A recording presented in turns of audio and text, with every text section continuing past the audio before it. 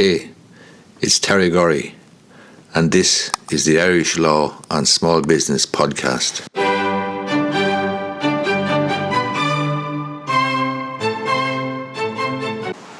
Let's talk about Ryan Tubridy's salary in RTE, and let's learn some basic lessons about finance and economics.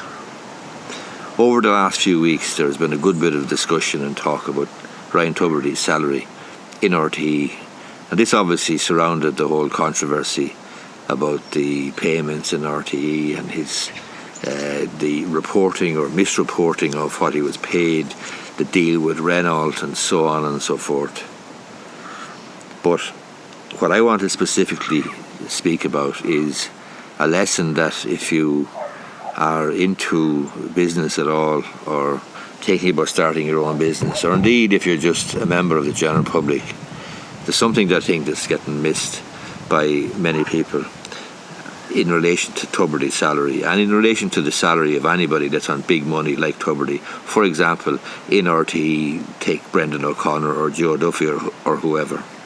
Yesterday on the radio, on the Claire Byrne show yesterday morning, there was a lady on talking about Tubridy's salary being disproportionate and excessive, and she was talking about and repeating that his show each day was only on Monday to Friday and was only on for an hour. In other words, the lady seemed to be equating salary with the amount of time that the show went on for, or the amount of time that Tubridy actually worked. This is an absolutely nonsense proposition, because a very, very basic thing that you're going to learn if you ever started a business or ever had a grasp of economics or ever had any grasp of finances or business or commerce is that if Tubridy, for example, whose show only goes on for, say, an hour, and let's park entirely the question of preparation for the show and research and so on, but let's just accept that the show only goes on for an hour and that's all he does. Let's just say he rocks up, does the show for an hour, Monday to Friday for an hour, 9 o'clock to 10 o'clock or whatever, and he's paid 350 grand. I can't even remember what his salary is or was, but let's just say it was 350 grand. Let's just say that Tubridy, his show, generates advertising revenue though of 750 grand. It's blatantly obvious to anybody that if the guy is getting paid 350 grand a year and he's generating 750 grand in advertising revenue, or 500 grand in advertising revenue every year, then that's a no-brainer from RTE's perspective. The length of time that Tubridy spends on the show is completely immaterial. The length of time, quite frankly, that anybody, any professional spends doing what they do is completely irrelevant. For example, if a heart surgeon took 15 minutes to save your life, would you be complaining about his hourly rate of pay, given that he only had to spend 15 minutes on you or me and is getting $500,000 a year or whatever? I couldn't care less what he's getting paid. And I don't care that he's only working for 15 minutes. Because if working for 15 minutes on me saves my life, that's fine. I'm happy with that. So the comparison or the analogy or the finger pointing that Tubridy only does a show that's on for an hour is absolute nonsense.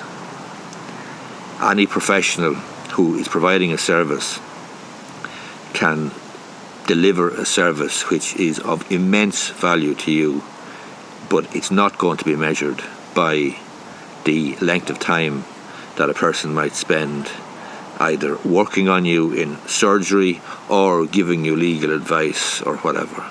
And to take another example, if you go to a solicitor who in 15 minutes persuades you and explains to you why the course of action on which you propose embarking is going to end up in a world of hurt with massive legal costs and is bound to fail if it only takes that solicitor 15 minutes, is the time spent well spent. Of course it is.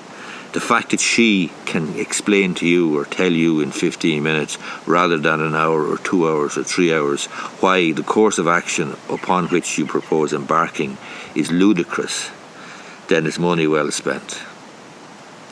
So that's the first thing. There's this argument that, the show's only on for an hour, he couldn't be worth 350 grand, the show's only on for an hour. That's absolute horseshit. It's nonsense. Because if the show is generating in excess of 350 grand a year in advertising revenue, and I'm sure it was, well then he's well worth the 350 grand. And when somebody says to you that he's getting paid 350 grand, that's disproportionate or excessive or far too expensive. Compared to what? Ask them. Compared to what?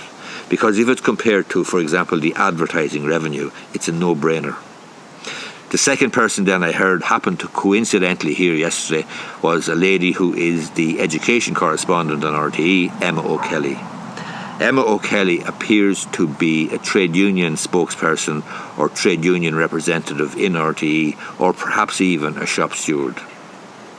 And she was making the point on the 6-1 News yesterday evening that because they're involved or engaged in public service broadcasting, that the salaries in RTE should be capped and we shouldn't have any of these excessive, disproportionate salaries. For example, the likes of what Tubridy was getting, let's just say 350 grand. There should be a cap on salaries. That too is an absolutely ludicrous proposition, because if Tubridy was capped at 150 grand or 160 grand and News Talk or somebody else can come along and say we'll give you 300 grand, then Tubridy is gone. He's gone. And yet he's gone with the advertising revenue that he brings. He's gone with his show, with his fan base, with his tribe.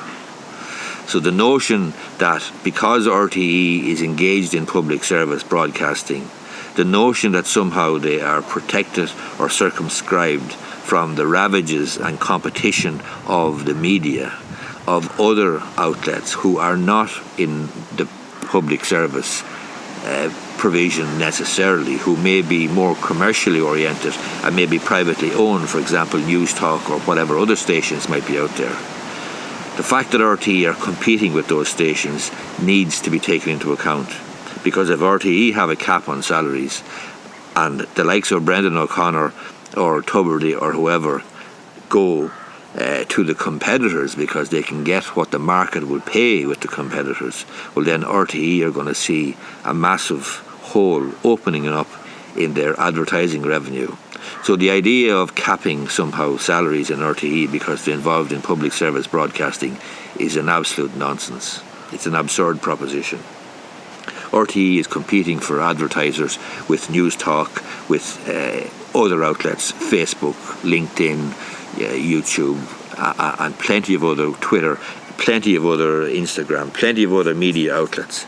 And the idea that somehow, as Emma O'Kelly suggested yesterday evening on the 6-1 News, that because RTE are involved in public service broadcasting, that there should be a cap on salaries is just communist, Stalinist nonsense, quite frankly. Anybody who ran a business, anybody who ever started a business, anybody who ever created a job for others, they understand very, very basically the finances that are involved here.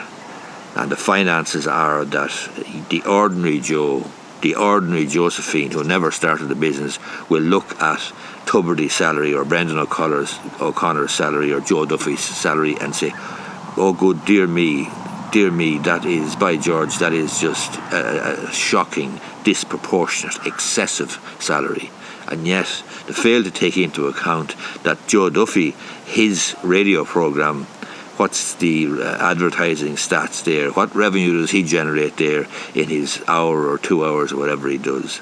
You can't measure the contribution of these guys by the hours that they spend engaging in something.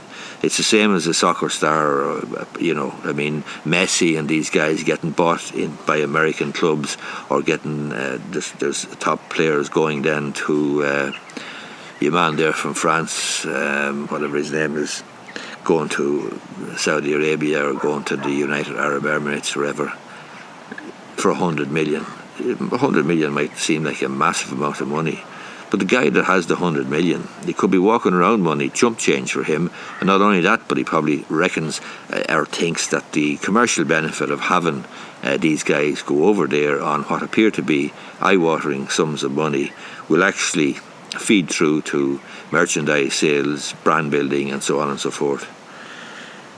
That's my comment on the Tubridy salary situation in RTE. But obviously it's not just to do with Tubridy, it's to do with this mindset that, oh dear me, that's a shocking salary altogether, you should be paid like a cleaner or a nurse or a guard or whatever, when in fact the commercial reality is that if somebody is generating a significant amount of income far in excess of what they're costing an organisation, then it would be irrational and perverse for management in RTE not to pay the salary, because if they don't pay the salary, I can guarantee this much: there's plenty of private commercial operators out there who will be perfectly prepared to pay. If you're thinking about starting a small business, if you are a small business owner, I'm sure you'll figure this out for yourself. But bottom line is, if you're spending €1 and you're generating €1.50 or €1.70 or €2, well then your quid's in, you're doing fine. But you recognise from a very, very early age, a very, very early stage in your entrepreneurial activity, that if you don't generate a return on your money, well then you ain't going to have too much money for too long. So, that's the simple finances, that's the simple economics at work in RTE. RTE is not protected from the market. RTE, because it's engaging in public service broadcasting, is not somehow got a silver bullet or has some sort of a protective garment or cladding around it, protecting it from the ravages of the commercial, the capitalist world. That's nonsense. Hope you find the video useful, thought-provoking. Leave a comment down below. Thanks a lot, and thanks for your support. Give the video a thumbs up anyway. Thank you.